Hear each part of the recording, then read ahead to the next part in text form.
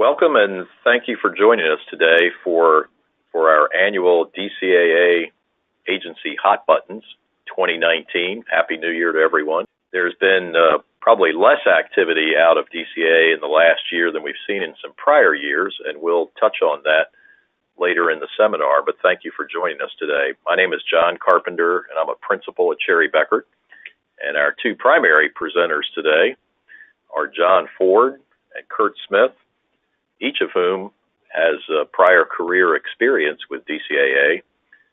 John spent a total of roughly 30 years in government service, working in JAG offices and at the Defense Contracted Audit Agency. John retired from DCAA as the Deputy General Counsel, and he is happy to say John has been with Cherry Bekaert for over 15 years now. And Kurt Smith, who has joined us within the last couple years, was an auditor at DCAA for approximately 12 years and had a chance during that time to spend time at a resident office of a very large prime contractor and time in a branch office auditing a number of small and middle market contractors. So these guys have a wealth of experience inside the agency, and we're happy that they are helping us now from the contractor's viewpoint. So with that, Kurt, I'm going to turn it over to you. All righty. Well, thank you, John. I appreciate that.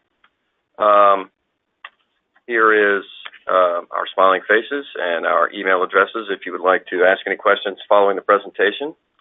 We're going to jump right into the presentation, and it's a little bit different this year than in previous years in that DCAA did not provide as much publicly published guidance as they have in previous years. So we decided to sort of segue from DCAA and procurement into cooperative agreements and grants and talk about the audit functions and oversight for indirect cost in that area as well as the acquisition side. So, but we're going to start with the fiscal year 2018 NDAA and Section 803. And as you can see from the slide, and may know already, the Secretary of Defense now is authorized to use qualified private auditors to perform incurred cost audits. And this is a first. DCAA has always been the only auditor for the Department of Defense for contract audits. And this is to eliminate by October 2020 any backlog of incurred cost audits that DCAA currently has, and to ensure that the incurred cost audits are completed within 1 year of receipt of a qualified incurred cost submission. And by qualified, we believe that the Act actually means adequate incurred cost submissions.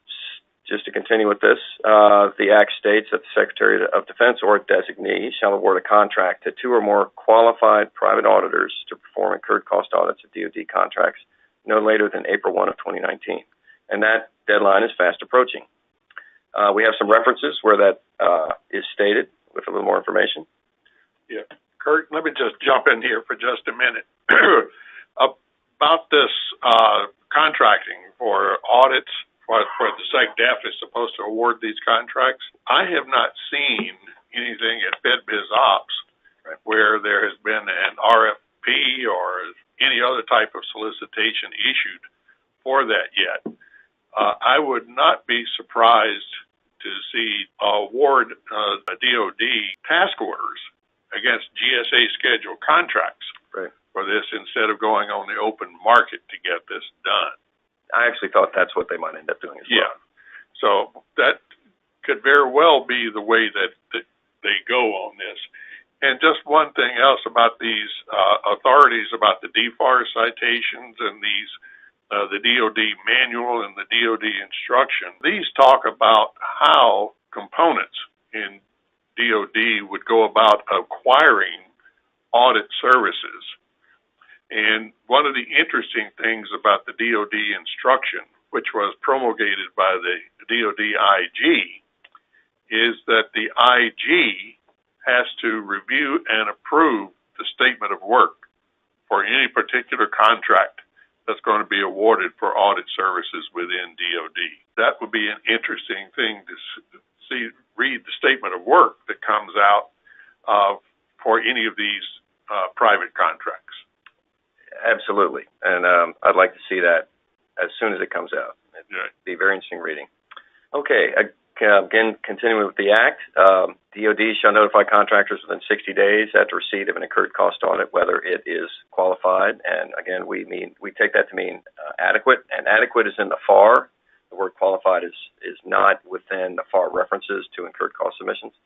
And for qualified incurred cost submissions received on or after the date of enactment of the Act, which is December 12, 2017, audit findings shall be issued no later than 1 year after receipt of the submission. And that's a sea change for the DCAA. And last, but certainly not least, after October 1, 2020, if audit findings are not issued within 1 year after receipt of a qualified submission, the audit shall be considered complete. Now, there's a few observations we can make here. First, there seems to be some slippage or grace built into this schedule because the date of enactment, again, is December 12, 2017, but the absolute deadline for completion of audits within 1 year is actually October 1, 2020. So you and I were discussing earlier what's going to happen in the interim, and we can only speculate. And I don't want to do that too much, but I can only imagine that DCAA is going to get a little bit of grace just to try and learn how to complete audits within a year. Right. Now, along those lines, because we're talking about contractual requirements, establishment of final indirect cost rates, I would suspect or anticipate that DOD would prepare some regulations to go from coverage that would go into the DFARS to talk about what happens during this interim period if a contractor, for example, submits an incurred cost proposal in June of 2018. By June of 2019, DCA hasn't completed the audit. What happens? So I think we should get some regulatory coverage on that. But again, I haven't seen any proposed regulations that would be out there for DOD to amend the DFARS to talk about this particular issue about what happens if DCA doesn't get the job done within 1 year. Correct. And just point out one thing. We're going to talk about other agencies that do audits, but I just want to talk about this right now. This 1 year limitation and the requirement to notify contractors the adequacy or inadequacy of their proposals applies only to DOD. It does not apply to other agencies or other audit entities within the federal government. So we may have some situations where other agencies that do audits are dilatory in getting their audits done, but DCA is having to move forward, and people may be a little disconnect there as to when the audits are actually getting done. I was going to say it for any contractor who's doing work for DOD as well as civilian agencies, that leaves them in real limbo as to can they really button up their rates after a year or not. The answer, probably not. Yeah, particularly if the other agency is the cognizant agency for establishing the final indirect cost rates. And we'll get to that in the presentation anyway. In some detail. Now, I did want to comment quickly that the way DCAA goes about these audits and should go about these audits is to assess risk, and they're going to have to focus very carefully on proper risk assessments so that they will concentrate on the areas that carry the greatest risk. That may be the areas of largest cost, for example, labor. It may be areas of historical findings with a particular contractor and perhaps material, for example. And so DCA may end up having to more or less, if you will, set aside certain parts of a submission that they would previously have preferred to audit so that they can audit the riskiest areas and complete the audit within the deadline. So they're going to just have to change a little bit, if you will. Okay, this is the only audit guidance we could find on their website concerning the topic, and this is the only really significant MRD we found to be released for the entire year.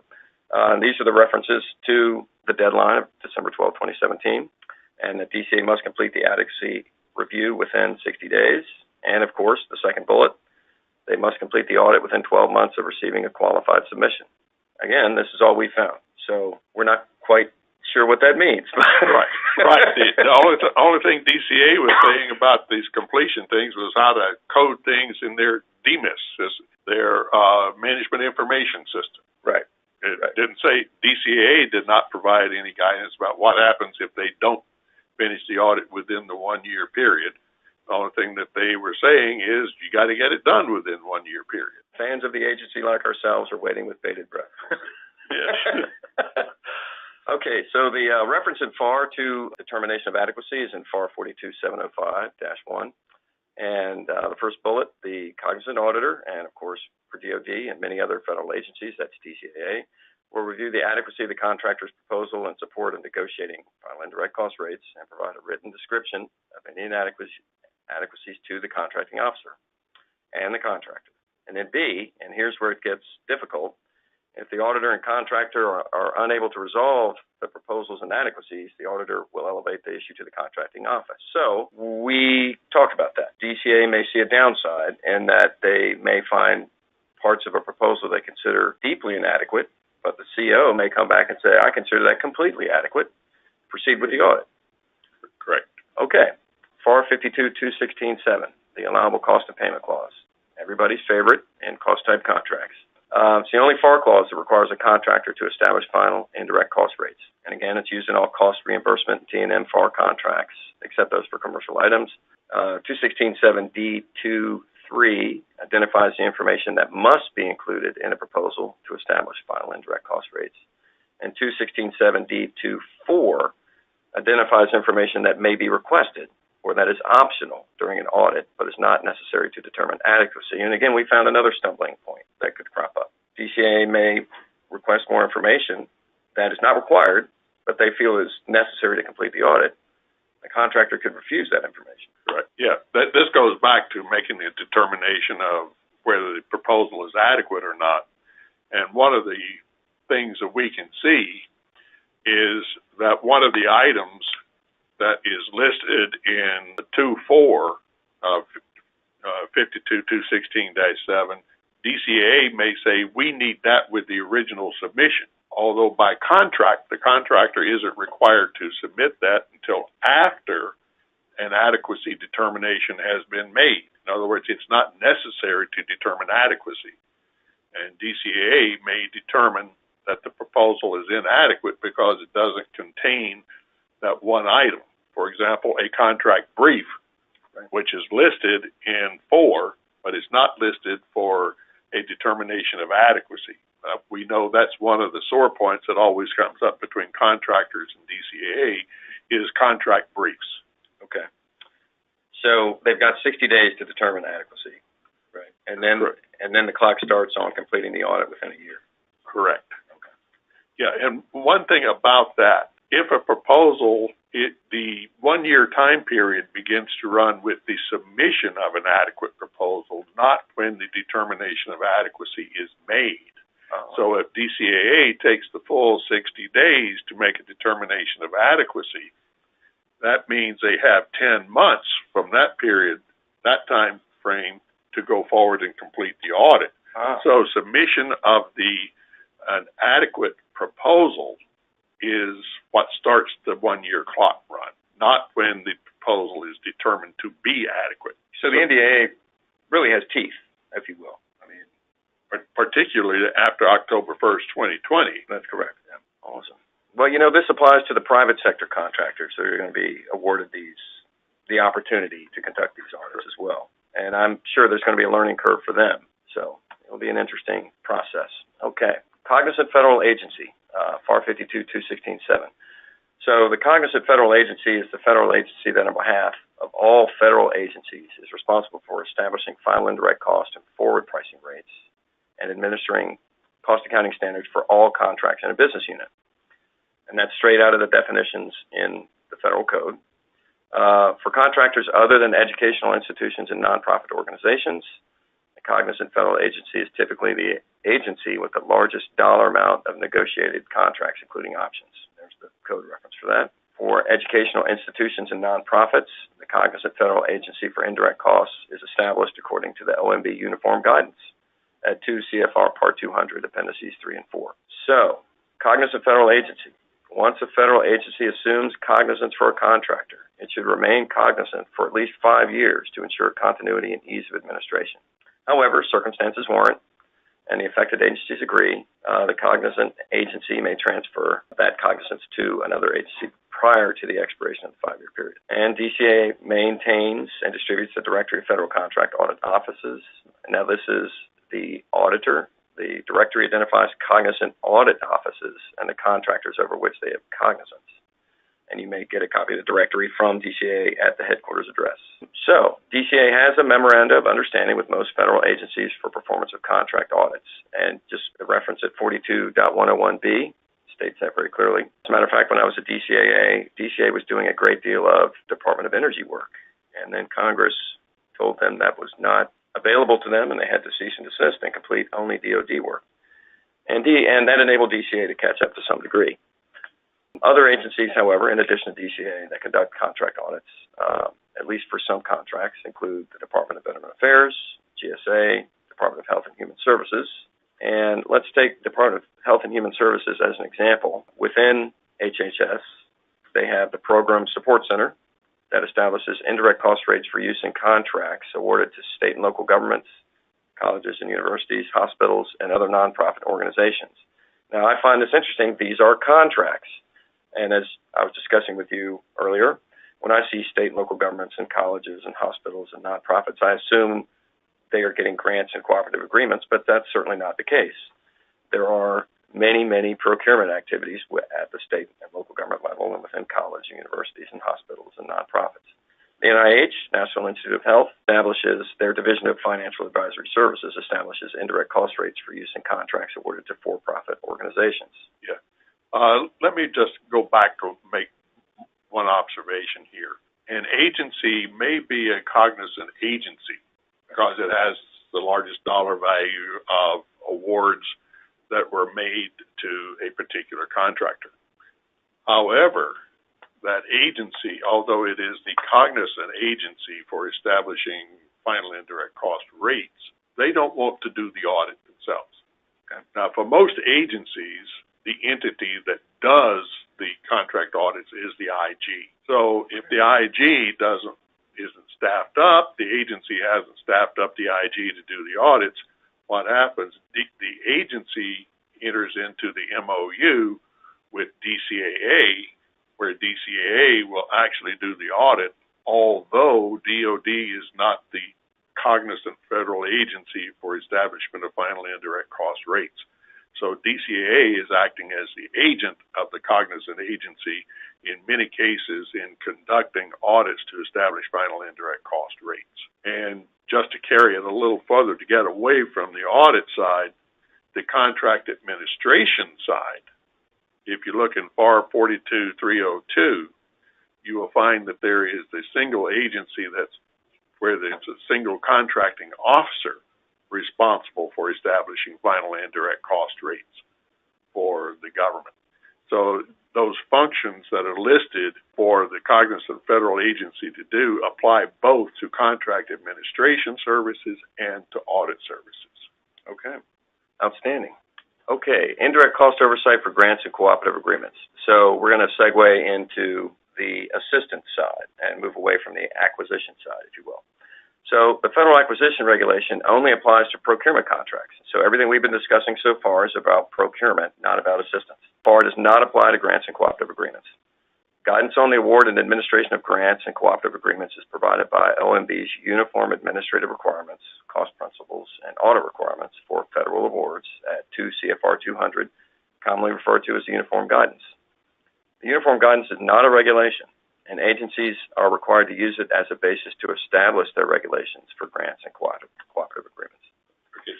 Let me just add a little bit more on that.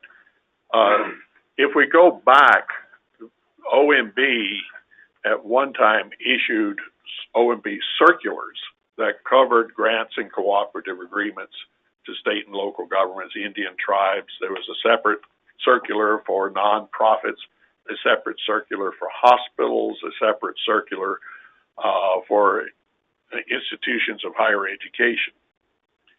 In around 2012, 2013, OMB did away with all of those circulars and consolidated or attempted to consolidate them. The issue with the uniform guidance is that it only consolidated the circulars relating to institutions of higher education, state and local governments, and nonprofits. It did not cover hospitals.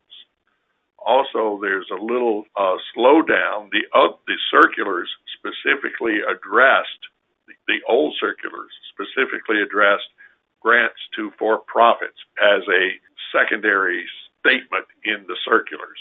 The key there is that the old circulars said that if you were a grantee was dealing with a commercial organization, that the allowable cost for that commercial organization would be determined in accordance with the cost principles in the FAR. The uniform guidance doesn't have that language in it. So you have to really hunt to find out that the cost principles in FAR Part 31 apply to commercial organizations that receive grants.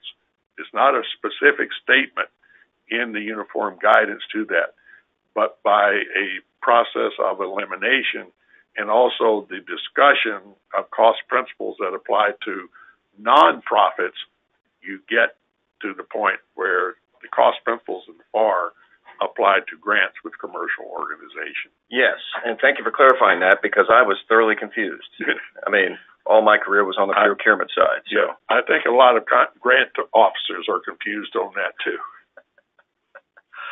Okay, continuing with indirect cost oversight of grants and cooperative agreements, the uniform guidance contains multiple terms regarding indirect cost oversight and audit. The cognizant agency for indirect costs means the federal agency responsible for reviewing, negotiating, and approving cost allocation plans or indirect cost proposals on behalf of all federal agencies. The cognizant agency for indirect costs is not necessarily the cognizant agency for audit. For institutions of higher education, cognizant is assigned to the Department of Health and Human Services or the Department of Defense's Office of Naval Research, which is a DoD agency, depending on which of the two agencies provides more funds to the educational institution for the last 3 years. Go ahead. Yeah, Kurt, I hate to keep hopping in here. That's fine. But I just wanted to point out one thing. This is where DCAA comes into the picture. That's if O&R is the cognizant agency for establishing final indirect cost rates for a college or university. Who does O&R go to get the audit work done in regard to that particular university? It's DCAA. So DCAA does get involved in doing contract audits as well as audits of grants and cooperative agreements when O&R is the cognizant agency for establishing the final indirect cost rates. And just as a side note in that regard, DCAA is just as dilatory in getting final indirect cost rates audited or proposals for rates audited for grants and cooperative agreements as they are in regard to contracts. There was a GAO report a couple of years ago specifically addressing grants and cooperative agreements and establishment of final indirect cost rates, and they pinged O&R for not holding DCAA's feet to the fire in getting final indirect cost rate audits done in a timely basis. That doesn't surprise me at all. I just wanted to point out that DCAA, that they are an equal opportunity slow roller. Whether you have grants or cooperative agreements or contracts, they're going to slow roll you anyway. Well, at least they're consistent. Yeah. Okay. Thank you for that. That's awesome input. For nonprofit organizations, the cognizant agency is a federal agency with the largest dollar value of federal awards. Once an agency is assigned cognizance for a particular nonprofit, the assignment should not change for at least 3 years. For state and local governments, the cognizant agency is a federal agency with the largest dollar value of direct federal awards, and once designated, the cognizant federal agency must remain so for 5 years. In addition, various agencies are designated as cognizant for specific state governmental entities or functions. For example, the Department of Education is responsible for establishing indirect cost rates for school districts and state educational agencies. We talked about the fact that the Federal Department of Transportation is responsible for state departments of transportation and so forth and so on. Like VDOT. Yeah, Virginia, right? Department of Agriculture at the federal level is responsible for state departments of agriculture and so on. Cognizant agency for audit means the federal agency designed to carry out the responsibilities described in 200.513 of the Uniform Guidance. This term would apply to non-federal entities expending more than $50 million a year in federal awards, and where the designated cognizant agency for audit must be the federal awarding agency that provides the predominant amount of direct funding, unless OMB designates otherwise.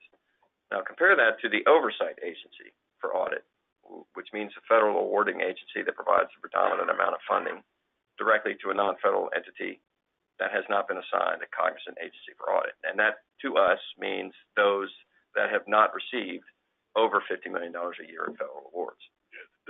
Right. And let me just hop in and explain what this is, or try to explain what this means. About the agency for audit oversight, or cognizant agency for audit. Under the Uniform Guidance, recipients, that's the non-federal entity, are required to have an annual audit of their operations, or alternatively program-specific audits. This is commonly referred to as the single audit, which is, there's a separate OMB circular, A133, that addresses the single audits. The cognizant agency for audit, or the oversight agency for audit, does not conduct the single audit, but basically provides oversight for the single audits. They get the single audit reports, they review the findings, they coordinate with the recipient, as the grantee or the cooperative agreement recipient, on corrective action plans in regard to any deficiencies. So the audit is conducted by an auditor of the audit grantee's selection, the single audit, but the cognizant agency for audit, or the oversight agency, basically provides guidance and oversight in regard to the audit, the findings of the audit, and the management actions taken in response to that audit. So as we can see, the audit issues in regard to grants and cooperative agreements can get to be somewhat confusing and are not as simple as the audits are for contracts. We have so many different agencies and so many different functions that are kicking in for these grants and cooperative agreements. Yes, and in our discussion earlier, we talked about one of the things that has cropped up is that because the grantee can choose its auditor, sometimes those auditors are not experienced in conducting single audits, and the audits they conduct are really not incorporating the cost principles, the findings. In other words, they're just not performing the audits as they should. Correct. So there's a quality issue. Correct. Right. Yeah, while we were talking about VDOT, DOT a few years ago did an audit of the audits that had been conducted of contractors who did work under DOT grants. And one of the things that they were finding is that the contractors who were required to establish final indirect cost rates using the cost principles in the FAR, who they were using to do the audit were the same firms that did their taxes, that had very little experience in regard to the FAR cost principles.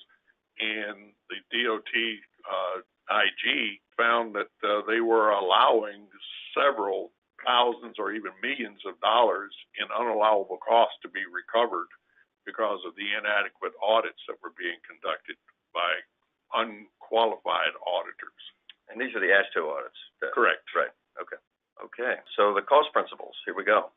The Uniform Guidance provides separate cost principles for state and local governments, educational institutions, and nonprofits. These same cost principles are adopted by the FAR for use in contracts awarded to these entities. I just want you to comment on that quickly. So if a contract is let to state and local governments or an educational institution or a nonprofit, the FAR has in it a regulation that it will adopt the cost principles from the Uniform Guidance for that contract. Explicitly. Right. And just as an aside, the allowable cost and payment clause has alternatives, versions for paragraph A. Yeah. of the allowable cost and payment clause, because the alternate versions of A incorporate the section of Part 31 that relates to that specific entity or type of entity.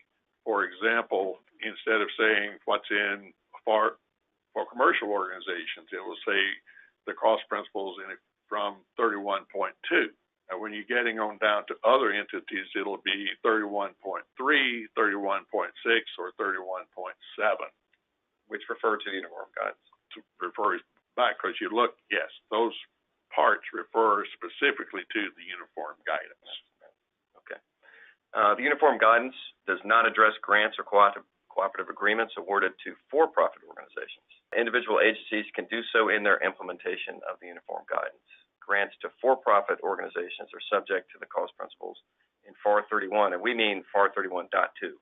Yes. Contracts with commercial organizations. Correct. Okay.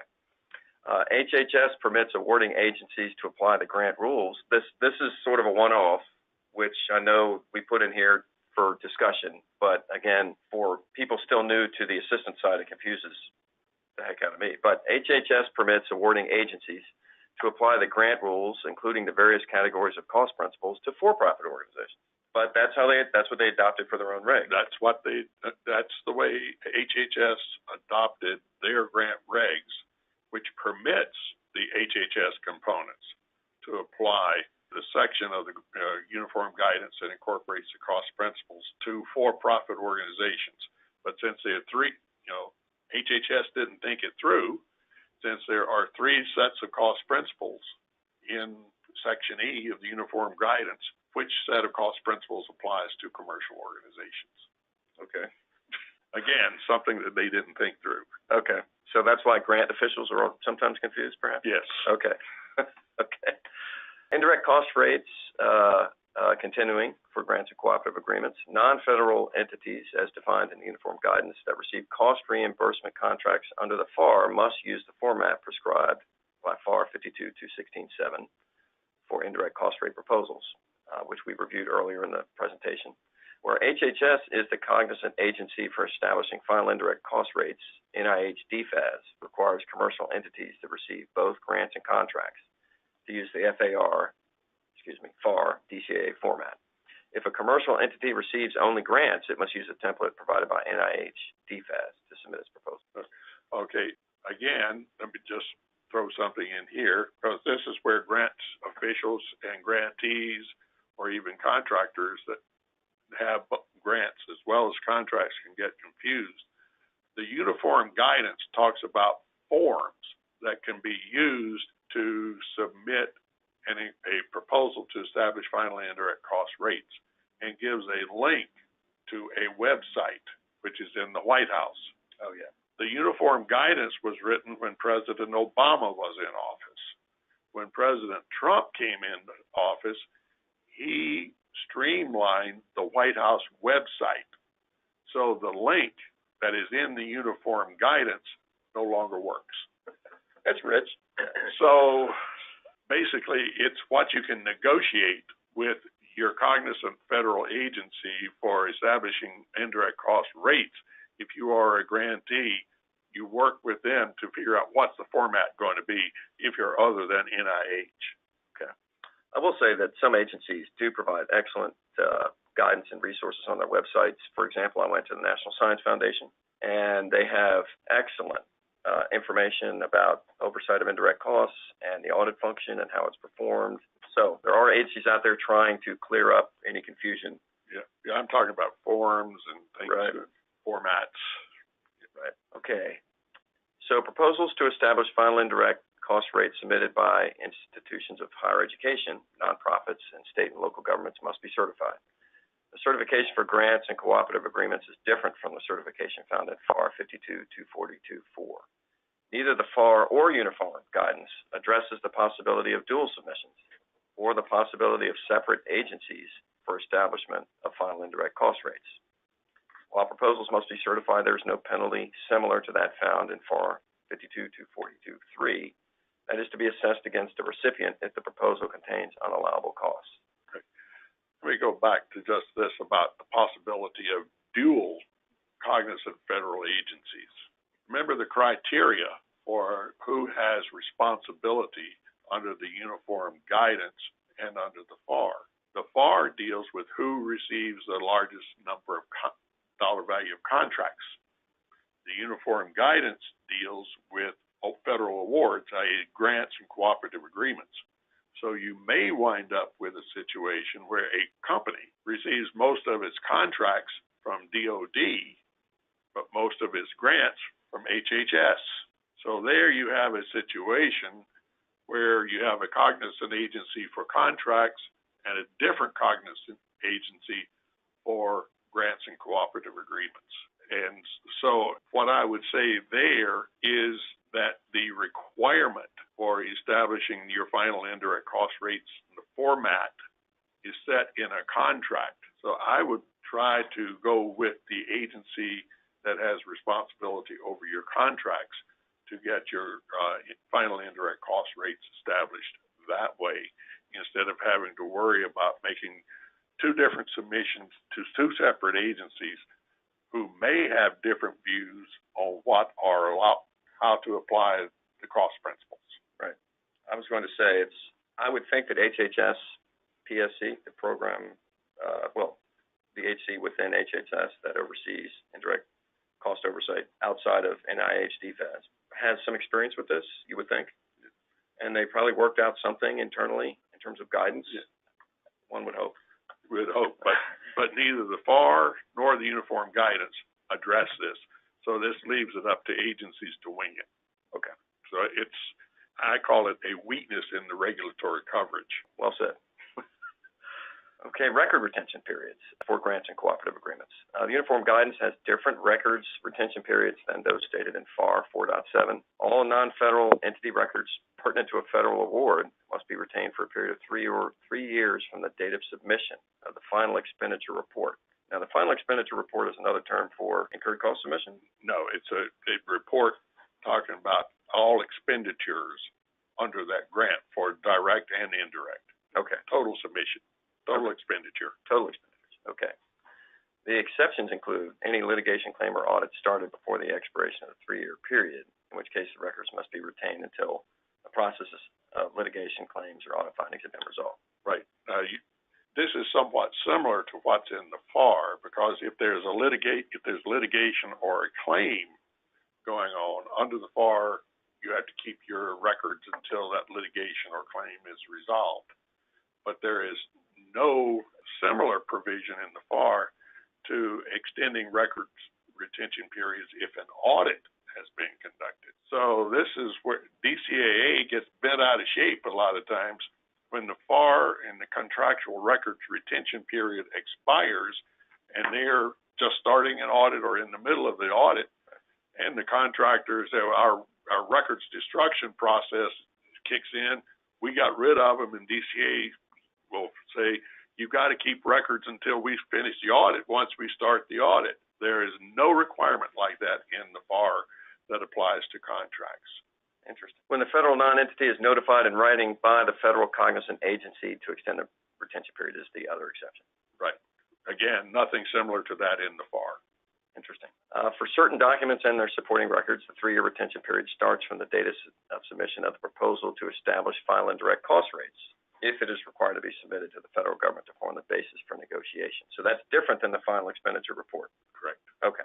Different class of records. Okay. These documents include an indirect cost rate proposal, cost allocation plan, or any similar accounting computation of the rate at which a particular group of costs is chargeable. For example, computer usage chargeback rates or composite fringe benefit rates. Government access to records for grants and cooperative agreements compared to FAR. FAR 52.215.2 requires a contractor to make records available at its office for examination until 3 years after final payment under the contract, or for any shorter period specified in subpart 4.7, or for any longer period required by statute or clause. So I don't know of any other statutes, but certainly a clause would affect that directly. Correct. Disputes clause, for example. Okay. Section 200.336 of the Uniform Guidance states that the federal government has the right of access to records pertinent to the federal award for audit purposes and to the non-federal entities' personnel. The rights of access in this section are not limited to the required retention period, but last as long as the records are retained. Yeah. So if the records retention period where your contractor is required to retain records has expired, but for its own purposes, the contractor still has the records, the government has a right of access to those records, even though the records retention period has expired. Okay. And now one thing else is interesting here under the uniform guidance, we'll note that the government has a right to access to the non-federal entities' personnel. Mm-hmm. That is not explicitly granted to contract auditors. And that is a big bone of contention between DCAA and a lot of contractors about the right of DCAA to access contractor personnel. Interesting. Very interesting. I wanted to point out, before we complete the presentation, that your experience includes 3 years at ONR. So Correct. You had direct experience with the uniform guidance, and you've seen these, the old circulars. the old circulars, and you've seen these conundrums and issues with the regs conflicting somewhat firsthand. Yes. Okay. All right. Excellent. All righty. We are done for now. Any questions? Please say we've got an avenue for submitting questions, and we certainly invite those. We'll get responses back to you just as quickly as we can. And with that, Kurt and John, I thank you very much, and I thank everyone for joining us today.